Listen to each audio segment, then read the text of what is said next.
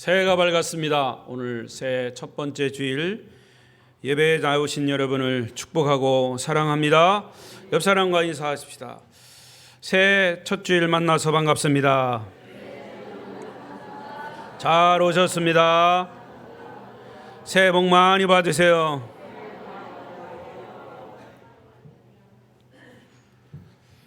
오늘 2024년도 신년 감사 주일 예배에 참석하신 여러분 모두에게 금년 한 해도 주님의 크신 은혜와 축복이 여러분 가정과 모든 삶에 풍성이 넘치시기를 축복합니다. 그리고 비대면 영상으로 예배하시는 분들 계시면 그 가운데도 함께 하나님의 은혜가 함께 하시기를 바랍니다. 저는 오늘 새해 첫 번째 맞는 신년 감사 주일에 성경 제일 첫 번째 있는 창세기의 말씀을 전하려고 합니다. 오늘만 전하는 것이 아니라 창세기 말씀을 몇 주간 계속 전하게 될 것입니다. 우리 그리스도인들의 믿음, 신앙의 뿌리는 뿌리 제1조 뭐 이렇게 갖다 붙인다면 창세기 1장 1절입니다. 창세기 1장 1절 다 같이 해볼까요? 시작. 교회 다니는 사람은 최소한도 이 정도는 알고 있어야 돼요. 태초에 하나님이 천지를 창조하시니라. 창세기 1장 1절. 자, 그런데 이게 간단한 한 문장이지만 이 태초에 하나님이 천지를 창조하시니라 이 말씀이 우리의 모든 신앙의 뿌리입니다. 하나님이 천지를 창조하셨다 라고 하는 사실로부터 우리의 믿음이 출발해야 합니다. 이 진리가 믿어져야 성경에 있는 모든 것이 다 믿어집니다. 그래서 오늘 창세기 1장에 나타난 하나님이 인간을 창조하신 목적, 이게 오늘 말씀의 주제입니다. 다 같이 성경 오늘 말씀의 주제를 읽어봅시다. 시작. 하나님이 인간을 창조하신 목적. 다시 한번 저를 따라하세요. 하나님이 나를 창조하신 목적. 자, 그러니까 다른 사람 말고 여러분 자신의 이 말씀을 적용을 하시기 바랍니다. 마음을 열고 말씀의 귀를 기울이시기를 바랍니다. 최소한도 해가 바뀌었습니다. 근데 여러분 달라진 거 있어요? 달력이 달라졌죠. 달라진 거 조금씩 있을 겁니다. 그러나 사실은 달라진 거 별로 없어요. 그런데 오늘 첫 번째 주일 예배 자리에 나왔으니까 우리가 달라져야 할 것이 뭐냐? 여러분의 마음가짐입니다. 마음가짐을 새롭게 하십시다. 더불어 우리의 믿음의 다짐을 새롭게 하십시다. 그런 시간이 되시기를 바랍니다. 자, 창세기 1장은 하나님이 천지를 창조하신 이런 엄청난 사건이 기록되어 있습니다. 그러면서 동시에 하나님과 우리 인간과의 관계를 창세기 1장에서 다루고 있습니다. 누구와의 관계? 하나님과 우리와의 관계, 인간과의 관계를 다루고 있습니다. 그것은 인간 모두를 지칭하지만 여러분 개인을 이야기도 합니다. 하나님과 나와의 관계를 창세기에서는 다루고 있다. 그래서 하나님의 궁극적인 관심은 인간에게 있습니다. 다시 말하면 나에게 있습니다. 하나님의 관심은 나에게 있다. 시작. 그렇게 믿으십니까? 그래야 관심을 갖게 되죠. 나하고 상관없으면 별로 관심을 안 갖는 것이 이 인간의 본능입니다. 그러나 성경은 하나님과 여러분 개인과의 관계를 다루고 있다는 겁니다.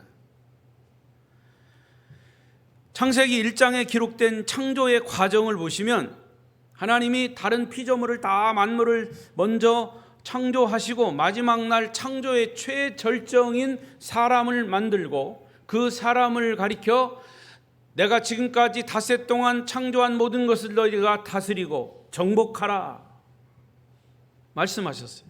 그러니까 다스리고 정복하라고 하나님이 만드신 피조물을 우리 인간에게 위임하신 겁니다. 그래서 인간을 만물의 영장이라고 말하지 않습니까? 따라서 창세기 1장을 이해하려면 하나님은 왜 우리 인간을 만드셨을까라고 하는 질문에 답을 찾아가다 보면 인간 창조의 목적을 발견하게 됩니다. 하나님이 왜 나를 창조하셨을까? 여러분, 하나님이 이 종을 왜 창조하셨어요? 여러분 주무시지 말고 깨우라고 창조하셨나? 이렇게 치라고 했어요. 치라고. 이 종을 갖다 놓고 치지 않으면 아무 소용없어. 시끄럽죠? 그런데 칠 때 쳐야지 아무렇다 치면 시끄러운 거예요. 이 종은 치라고 치는 목적으로 종을 만들어 놓은 거예요. 다 목적이 있어요.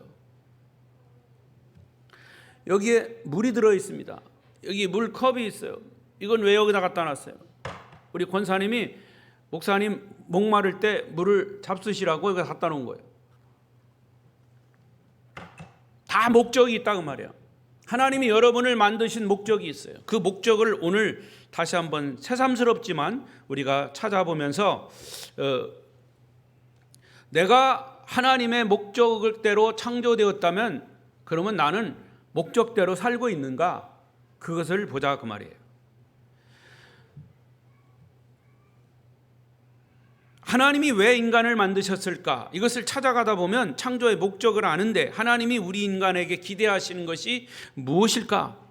그것은 우리 하나님이 인간에게 맨 처음 주신 숙제가 있습니다. 그 숙제를 통해서 알 수 있어요.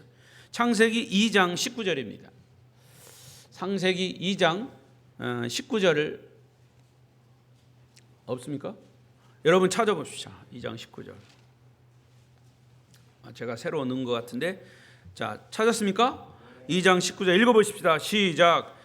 여호와 하나님이 흙으로 각종 들짐승과 공중에 지으시고 아담이 무엇이라고 부르나 보시려고 그것들을 그에게로 이끌어 가시니 아담이 각 생물을 부르는 것이 곧 그 이름이 되었더라. 자, 하나님이 인간을 아담을 창조하시고 아담에게 숙제를 줬어요. 무슨 숙제? 하나님이 만드신 모든 피조물의 이름을 지어라 라고 하는 숙제를 주신 거예요. 이름을 짓는다고 하는 것은 무언가를 만들어내는 작업입니다. 창조의 행위예요. 그런 면에서 인간은 창조주를 닮았습니다. 이름을 짓는다고 하는 것은 창조적 과제다 이렇게 볼 수 있습니다. 창조 행위 자체는 힘든 것이지만 창조된 피조물을 보고 인간은 언제나 기쁨을 느끼고 환희를 경험하게 되죠. 자, 부모가 자녀를 낳았습니다. 그런데 그 기를 때, 낳고 기를 때 그 자녀가 얼마나 예쁘고 사랑스러운지 몰라요. 제가 자식을 두 아들을 낳고 기를 때도 사실 그런 심정이었는데 이제 여러분들도 그렇게 고백하시듯이 또 우리 아들이 손자를 낳으니까 그건 또 더 사랑스러워요. 그리고 그 자식에게 기대하는 것은 뭘까요? 네가 건강하게 잘 자라다오, 뭐 그겁니다. 마찬가지로 하나님이 인간에게 주신 창조적인 숙제는 내가 만든 인간이 이렇게 살았으면 좋겠다라고 하는 기대를 가지십니다. 그래서 창세기 1장에서 이 질문에 대한 답을 주고 있습니다. 오늘 본문에서 하나님이 우리 인간을 창조하실 때 분명한 목적이 있음을 찾아보고 그 목적대로 살 것을 여러분도 새롭게 결단하는 시간이 되시기를 바랍니다. 그러면 첫 번째로 하나님이 인간을 지으신 목적은 하나님의 설계를 실현하는 삶을 살게 하기 위해서. 하나님은 인간을 설계하시고 창조하시고 그 창조한 대로 설계대로 만드셨어요. 그렇다면 마땅히 우리 인간은 하나님이 설계하신 대로 사는 것이 본분이에요. 창세기 1장은 우주 만물을 창조하실 때 아주 구체적인 하나님의 설계가 있었다는 사실을 기록하고 있어요. 제가 이 부분도 몇 번 말씀을 드렸는데 창세기 1장을 보시면요, 하나님이 1일부터 6일까지 일주일 동안 천지를 창조하셨어요. 그런데 자, 첫째 날 빛을 만드셨어요. 둘째 날 궁창을 만드셨어요. 궁창에 위엔물과 아랫물, 그게 궁창이에요. 공간이죠. 셋째 날에는 땅을 만드셨어요. 넷째 날에는 해와 달과 별들을 만드셨어요. 그리고 다섯째 날에는 새와 물고기, 그리고 여섯째 날은 짐승과 인간을 만드셨어요. 자, 그런데 여기 창조하신 것을 유심히 관찰해 보면 한 가지 재미있는 사실을 발견하게 됩니다. 그게 뭐냐? 다 여섯째 날에 짝이 있어요. 하나, 둘, 셋, 넷, 다섯, 여섯. 여섯이 짝을 이루면, 두 개씩 짝을 이루면 몇 개가 됩니까? 세 개가 되죠. 첫째 날, 넷째 날이 짝이 됩니다. 왜? 첫째 날에 빛을 창조하셨고, 넷째 날에는 그 빛이 필요한 해와 달과 별을 만드셨어요. 여러분, 빛이 있으면 반드시 해, 달, 별이 필요한 거죠. 이게 짝입니다. 그리고 둘째 날과 다섯째 날이 짝이 돼요. 둘째 날의 공간, 궁창을 만드시고 위에 물, 아랫물, 그러니까 위에 공간을 만드시고 공중을 만드시고 밑에 아랫물, 바다를 만드셨어요. 공중을 만드실 때 공중에 뭐가 날아다녀? 새가 날아다니죠. 바다에는 뭐가 있어? 물고기가 있죠. 그러니까 둘째 날과 다섯째 날에는 그것을 만들어 놓고 거기에 필요한 것들을 채워 넣으셨다는 거죠. 자, 그 다음에 셋째 날과 여섯째 날이 짝인데 셋째 날엔 땅을 지으셨어요. 제일 중요한 땅. 여러분은 지금 어디서 살고 있습니까? 땅에서 살고 있습니다. 이 땅이라고 하는 무대에서 활동할 짐승과 사람을 창조하신 거예요. 이래서 짝이 되는 겁니다. 하나님이 우주와 만물을 창조하실 때는 무작정 지으신 것이 아니라 분명한 설계와 목적과 계획을 가지고 지으셨다는 거죠. 이와 같이 하나님이 가장 소중히 여기시는 우리 인간을 아무런 계획 없이 그냥 창조한 것이 아니라는 거죠. 여러분과 제가 어느 날 우연히 이 땅에 태어난 것이 아니에요. 옛날 어느 가수의, 이 앞이 보이지 않는 가수의 유행가 가사처럼 어머니 왜 날 낳으셨나요? 여러분, 나고 싶어 낳았어요? 아닙니다.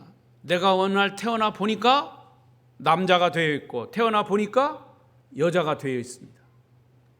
우리 부모님에게서 내가 태어난 거죠. 자, 그런데 그걸 따지고 올라가다 보면 사실은 우연히 태어난 것이 아니에요. 운이 있어서 태어난 것도 아니고 운이 없어서 태어난 것도 아니에요. 하나님의 계획 속에 태어난 줄로 믿습니다. 결코 우리는 계획 없이 이 세상에 태어난 존재가 아니라 그 말입니다. 하나님의 계획과 뜻 안에서 만물이 지어졌고 만물의 영장인 여러분과 제가 태어났다고 그렇게 믿는다면 나를 태어나게 하신 삶에는 분명히 목적과 이유와 뜻이 있습니다. 우리는 나를 만드신 창조주 하나님의 뜻을 지으신 목적대로 삶을 살아야 마땅하다 그 말입니다. 그래서 먼저 이런 사실을 인식하는 것이 중요해요. 내가 그 사실을 깨닫는 것이 중요해요. 목사님 무슨 말입니까? 나는 그냥 어찌어찌 하다 보니까 이렇게 흘러 여기까지 와가지고 그냥 왼수 아닌 왼수하고 지금 살고 있습니다. 이런 식으로 생각하면 안 된다 그 말입니다. 우리가 하나님의 말씀에 근거해서 내가 태어난 것 자체가 하나님의 엄청난 계획과 목적 속에 내가 태어났다라고 하는 이런 사실을 밑에 깔고 밑에 인식하고 신앙의 바탕을 두고 생각하자 그 말입니다. 저는 목회하면서 부러운 것이 하나 있습니다. 그것은 제가 40년 넘게 목회하면서 성전을 한 번도 건축한 일은 없어요. 그건 제 달란트가 아닌 것 같아요. 그럼에도 불구하고 목회하면서 성전을 아름답게 건축해 보고 싶었지만 그게 제 몫이 아닌 것으로 저는 그냥 깨달았어요. 교회를 건축하고 싶었지만 그것도 마지막 5, 6년 와서 보니까 아름다운 교회가 지어져 있더라고요. 만약에 안 지어졌으면 마지막에 이 교회를 지었을지도 몰라요. 그러니까 이것은 내 몫이, 내 달란트가 아닌 모양이다 라고 생각을 했죠. 여러분, 건물이라고 하는 것은 항상 필요한 공간입니다. 우리가 이렇게 모여서 예배하는 장소, 교제를 나누는 장소, 어떤 훈련하는 장소, 영혼이 쉴 수 있는 공간 등등을 위해서 필요한 것인데, 그런데 이 건물을 지을 때는 그 건축의 과정이 결코 쉽지만 않아요. 모든 조건이 다 맞아야 하기 때문이죠. 어느 교회의 경우는 건축을 잘 해놓고 나중에 준공검사를 받는 과정에서 설계도대로 안 됐다는 이유로 다시 뜯어고치는 경우가 있습니다. 이와 같이 여러분은 인생을 다 살고 난 후에 하나님이 창조한 설계대로 삶을 살았냐? 심판자이신 하나님 앞에 섰을 때 하나님이 우리 보고 너는 내가 설교한 대로 안 살았어, 너는 내가 설계한 대로 잘 살았어 라고 말씀하실 겁니다. 그런데 우리는 그것을 되돌릴 수 없어요. 그래서 사도 바울은 로마서 12장 1절 2절에서 그리스도인의 삶의 대강령을 이렇게 말하고 있습니다. 읽어보십시다. 시작. 그러므로 형제들아, 내가 하나님의 모든 자비하심으로 너희를 권하노니 너희 몸을 하나님이 기뻐하시는 거룩한 산 제물로 드리라. 이는 너희가 드릴 영적 예배니라. 너희는 이 세대를 본받지 말고 오직 마음을 새롭게 함으로 변화를 받아 하나님의 선하시고 기뻐하시고 온전하신 뜻이 무엇인지 분별하도록 하라. 할렐루야. 하나님의 인간을 위한 계획은 하나님의 선하시고 기뻐하시고 온전하신 뜻이 무엇인지 분별해서 그것을 따라서 살아라는 얘기죠. 그러니까 우리 인간은 하나님이 설계하신 대로 사는 것이 마땅한 본분입니다. 하나님이 창조하신 목적대로 우리 인생을 살고 있다면 우리가 마지막 인생을 마무리할 때 하나님, 저는 하나님이 저를 지으신 목적대로 인생을 살았습니다, 이렇게 자신 있게 말할 수 있어야 합니다. 저는 이런 면에서 우리 그리스도인들이 끊임없이 관심을 가져야 할 것이 뭐냐 하면 이 직업이라고 하는 것입니다. 직업을 영어로 vocation. 이 vocation이라고 하는 단어는 원래 사명이다, 소명이다 이런 뜻도 있습니다. 그러니까 직업은 하나님이 나에게 주신 사명이에요. 그러니까 어떻게 보면 직업이라고 하는 용어 자체가 기독교적인 단어예요. 이게 직업은 하나님이 내게 주신 사명이에요. 단순히 먹고 살기 위해 필요한 것이 직업이 아니라 직업을 통해서 우리가 하나님의 뜻을 이루어 드리는 겁니다. 하나님이 주신 사명을 이루는 것이 직업이에요.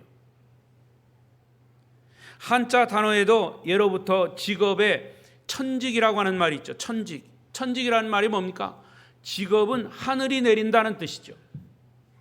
그러니까 직업은 타고난다는 말입니다. 하나님은 왜 나를 이 땅에 태어나게 하셨을까?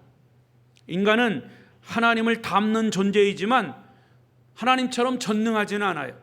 그러나 하나님은 분명히 나를 통해서 하나님의 뜻을 이룰 수 있는 그런 달란트, 재능을 주신 겁니다. 따라서 여러분 각자에게 은사가 있고 재능이 있습니다. 그러므로 내 은사와 내 재능에 맞는 직업을 선택해서 그 직업을 통해서 하나님의 뜻을 이루어 드려야 하는 것입니다. 우리 연말이 지났습니다마는 연말이 되면 TV에서 무슨 연예인들 또 무슨 이 드라마를 하는 탤런트들 나와서 이제 결산을 하면서 뭐 상을 줘요.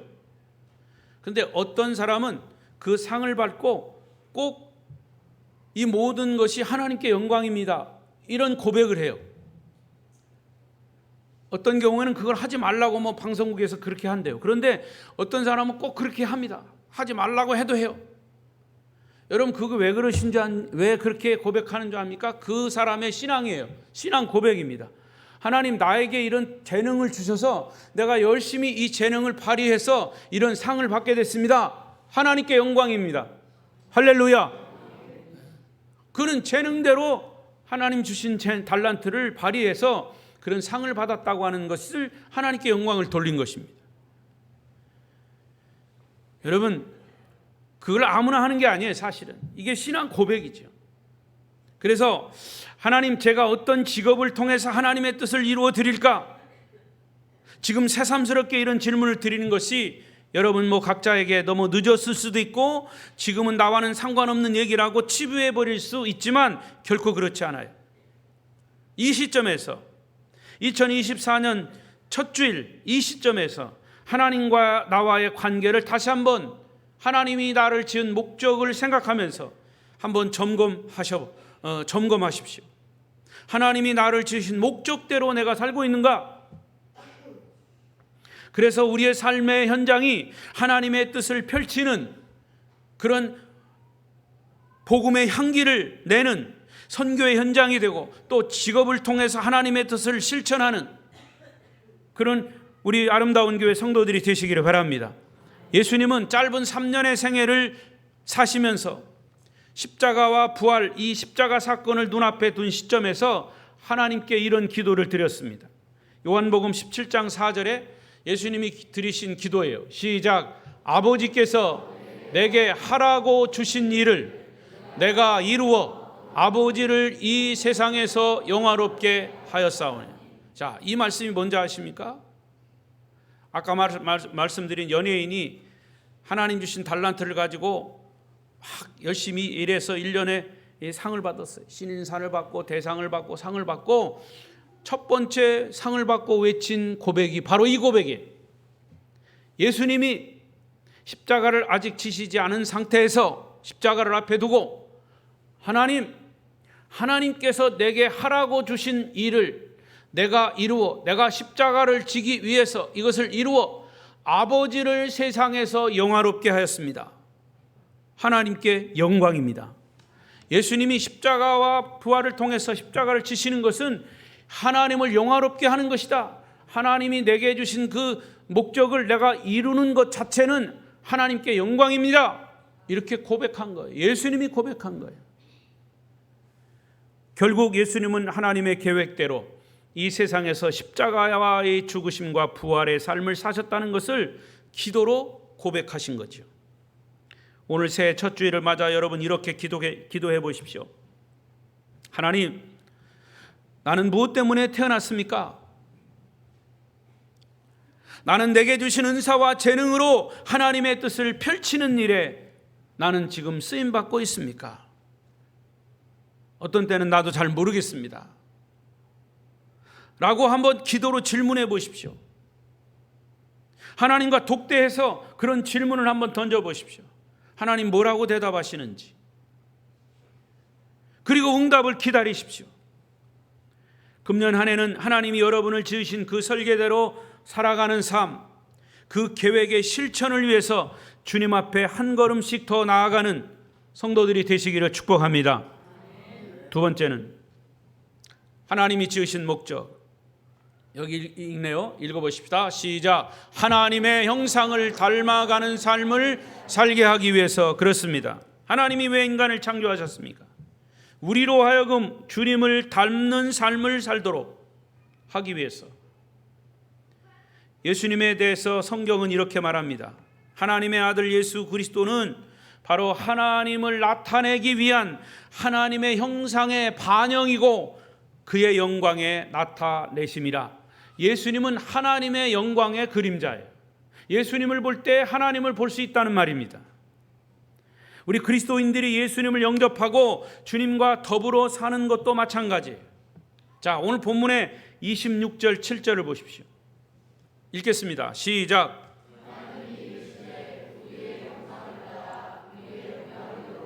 우리가 사람을 만들고 그들로 바다의 물고기와 하늘의 새와 온 땅에 기는 모든 것을 다스리게 하자 하시고, 하나님이 자기 형상 곧 하나님의 형상대로 사람을 창조하시되 남자와 여자를 창조하시고. 자, 여기 창세기 기자가 반복해서 강조한 것이 뭐냐면 하나님의 형상을 따라, 하나님의 형상대로, 그 말입니다. 그러니까 인간은 하나님의 형상을 따라 지었다는 거예요. 이것은 다른 피조물과 구별되는 인간 창조의 독특성입니다. 그리고 창세기 1장에 반복되어 나오는 단어가 뭐냐면 그 종류대로, 그래서 종류대로.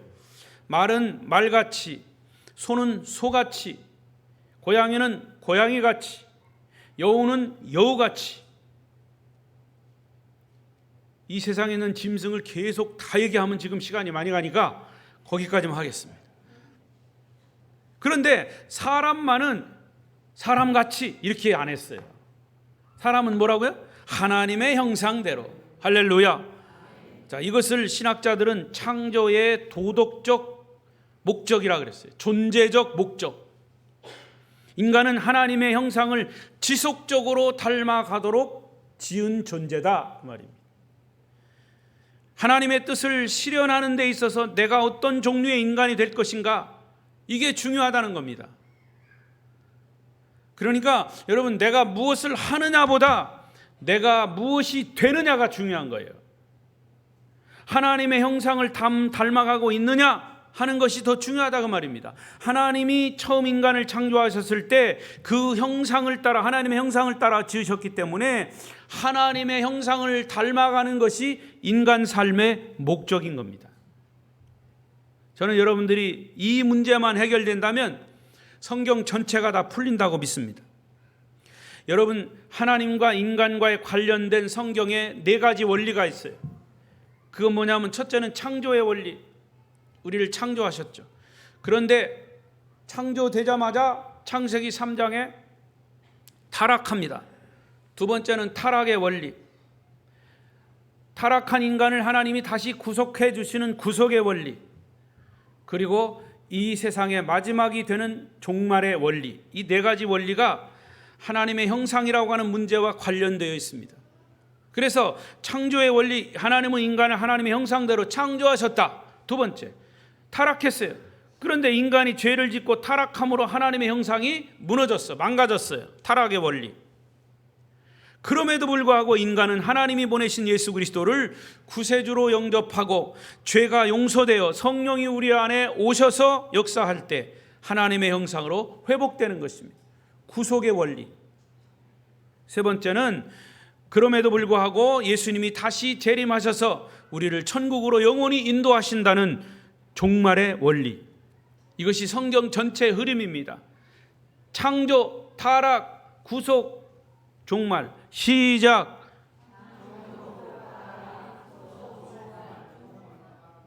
이 4가지만 여러분 큰 성경을 줄기로 보면 성경을 다 이해할 수 있는 거예요. 창조, 타락, 구속, 종말. 이것이 성경 전체의 흐름이에요.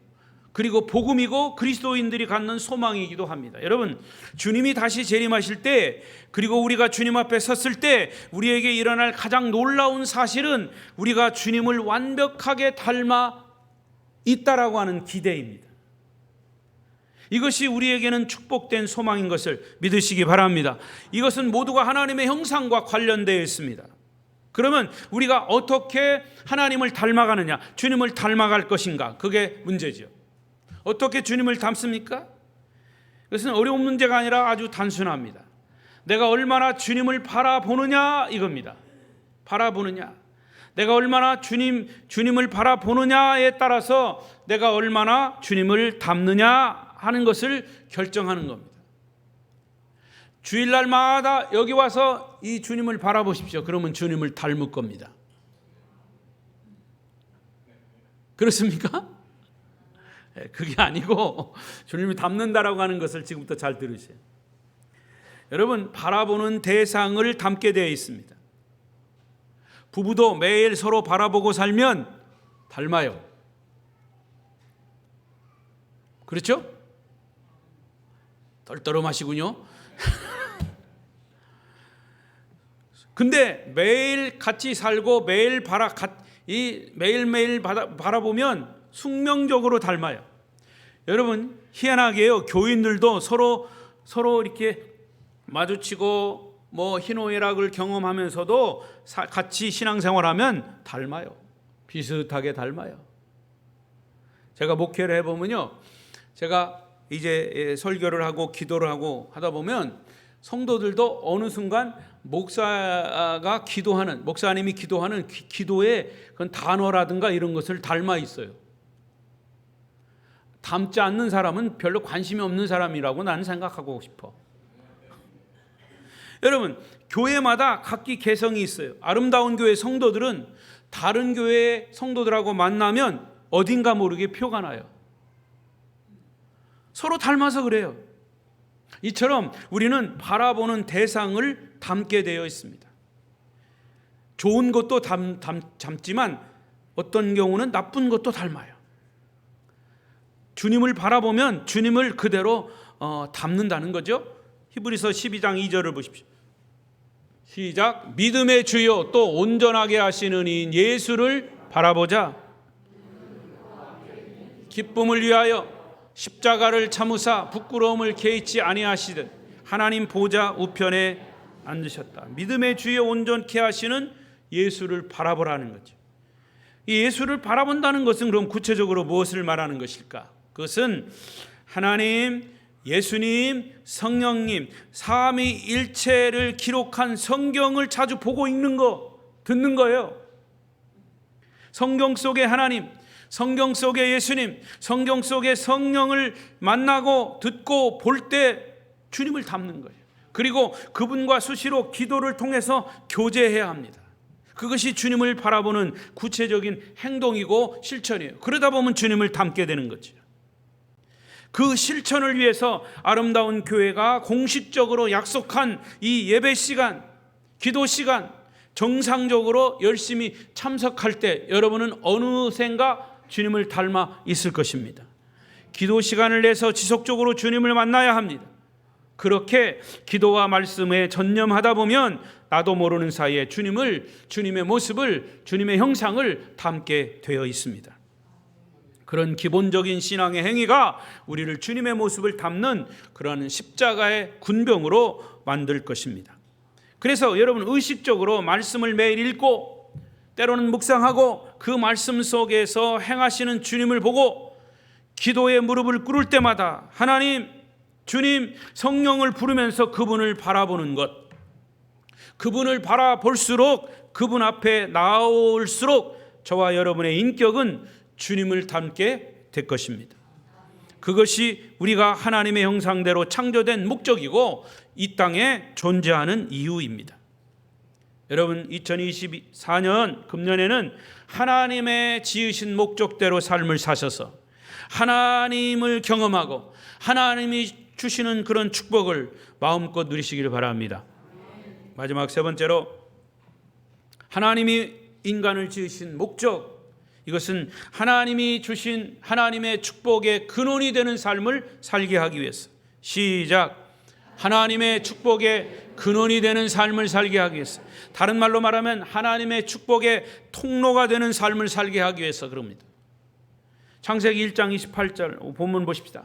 시작. 하나님이 그들에게 복을 주시며 하나님이 그들에게 이르시되 생육하고 번성하여 땅에 충만하라. 땅을 정복하라. 바다의 물고기와 하늘의 새와 땅에 움직이는 모든 생물을 다스리라 하시니.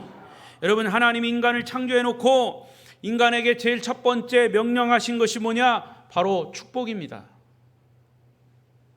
인간을 창조하신 후에 인간에게 제일 먼저 하신 것이 축복인데 그 축복의 내용이 뭡니까? 내가 만든 이 모든 만물을 너희가 열심히 생육하고 자녀 낳고 열심히 번성시켜라 하는 것이에요. 누려라 하는 것이요. 누려라. 왜 생육하고 번성하는 것이 축복입니까? 젊은 남녀가 사랑을 해서 결혼을 하고 자녀를 낳는 것이 축복이에요. 아멘이죠? 아멘. 우리 여기 장로님 내가 말씀드릴게요. 그냥 이해하고 들으세요. 어저께 우리 조장로님이 오셨어요. 이제 가끔 오셔서 이렇게 대화를 나누는 중에 주머니에서 뭘 이렇게 꺼내셔. 그 보니까 아마 장로님 뭐 이렇게 찾으시다가 우리 딸이죠? 예, 딸 성적표, 대학 성적표를 가져오셨어. 보니까 올A 그것도 플러스 A 플러스 올A. 학교 다니는 사람들은 알 거예요. 4.5면요 올 A 플러스. 근데 하나인가 두 개 빼놓고는 다 A 플러스. 그래서 4.35. 이건 특장학생입니다, 여러분. 특장학생. 그래서 우리 따님들이 장학금으로 학교를 다니셨다고 이렇게 자랑을 하시더라고요. 여러분 그건 자랑할 만합니다. 안 그래요? 자녀를 낳아서 자녀가 잘 되는 것이 축복이 아니에요. 그런데 성경에 그것을 누리라는 것이에요. 그렇게 생육하고 번성하라. 자녀를 낳는 축복이 그 대에서 끝나는 것이 아니고 계속 이어가라는 거예요. 축복을 다음 세대로 이어가라. 땅에 충만하라. 땅을 정복하라. 그 축복으로 땅을 채우고 그 땅을 잘 가꾸고 다스리는 복까지 주신 거예요. 그리고 그 축복을 또 다른 사람에게 나누라는 거죠. 이것이 나중에 믿음의 조상인 아브라함을 부르실 때 아주 명확하게 다시 한번 인식시키셨어요. 창세기 12장 2절이죠. 시작. 내가 너로 큰 민족을 이루고 네게 복을 주어 네 이름을 창대하게 하리니 너는 복이 될지라. 구성경에 보면 너는 복의 근원이 될지라 그랬어요. 이 말은 다른 말로 말하면 너는 축복의 통로다 그 말입니다. 이것을 인간 창조의 선교적 목적이다 이렇게 전문적인 용어로 말합니다. 선교라고 하는 것은 본래 보냄을 받았다라고 하는 뜻이에요. 하나님이 예수님을 이 땅에 보내셨어요. 예수님은 이 땅에 보내심을 받아서 십자가를 지시고 부활하시고 우리를 구원하셨어요. 그래서 요한복음 17장 18절에 아버지께서 나를 세상에 보내신 것 같이 나도 그들을 세상에 보냈다 그랬습니다. 여러분 우리가 이 세상에 왜 왔습니까? 하숙생처럼 바람 따라 왔다가 바람 따라가는 인생이 아닙니다. 인생은 나그네 길 어디서 왔다가 어디로 가는가도 모르는 하숙생처럼 그럭저럭 살다 가는 것이 우리의 인생이 아니라 그 말입니다. 우리는 이 땅에서 할 일이 있습니다. 그것은 하나님이 주신 축복을 우리 후손들에게 남기고 그것을 나누는 거예요. 사랑하는 자녀야, 내가 너를 축복한다. 그런데 그 축복을 너만 잘 먹고 잘 사는 것이 아니라 내 다음 세대, 내 이웃에게 나누어 주라, 물려주라 말씀하신 거예요. 저는 이것을 하나님의 선교적 기대라고 하는 말로 요약하고 싶습니다. 예를 들어서 창세기 5장 2절에 보면 시작. 남자와 여자를 창조하셨고 그들이 창조되던 날에 하나님이 그들에게 복을 주시고 그들의 이름을 사람이라 일컬었더라. 창세기 1장의 축복의 주제가 창세기 5장에서 다시 언급됩니다. 이거 뭐냐? 그만큼 하나님이 주신 축복이 중요하다는 거죠. 창세기 5장은 인간이 타락한 이후의 장이에요.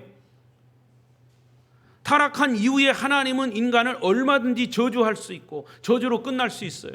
그런데 타락하기 이전과 똑같이 하나님이 계속해서 축복하시는 이유가 뭐냐? 그것은 맨 처음 하나님이 창조하셨을 때 내 뜻은 너희를 축복하는 것이고 그리고 너희들이 받은 축복을 서로 나누는 것이고 나는 그 기대를 결코 저버리지 않았다. 나는 너희를 저주하지 않는다 라고 하는 것이 인간 창조의 목적이기 때문이에요.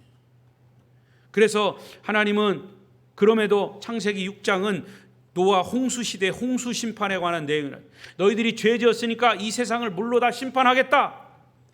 노아 시대의 죄악은 하나님의 홍수 심판을 피하지 못하게 만들었어요. 그래서 하나님은 그 시대를 심판하셨어요. 그런데 중요한 것은 홍수 심판이 끝났어요.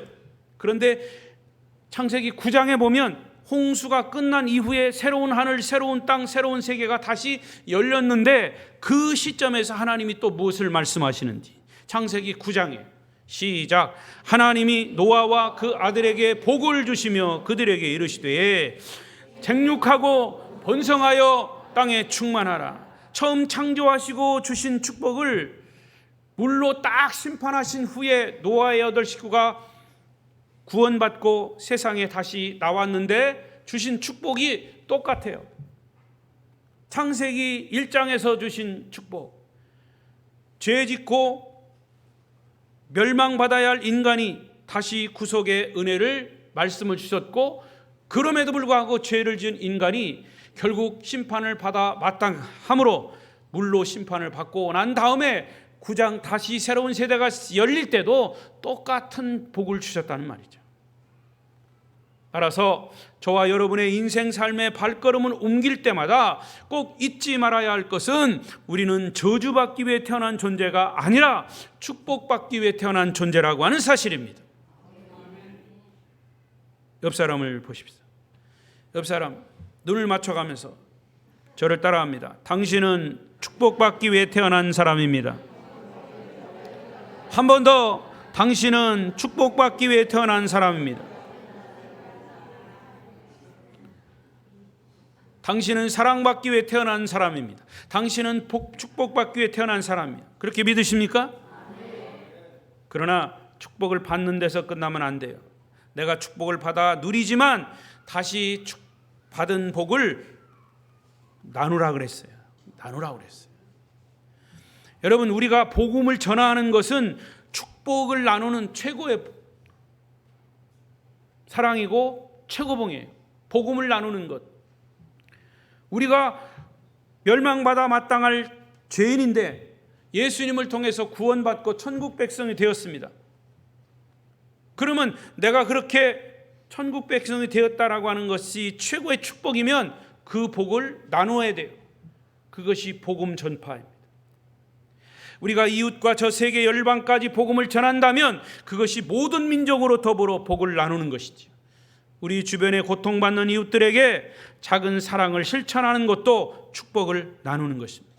축복을 받아 축복을 나누는 삶, 이것이 저와 여러분이 하나님께 창조된 목적이요 이유인 것이죠. 이제 말씀을 뵙겠습니다.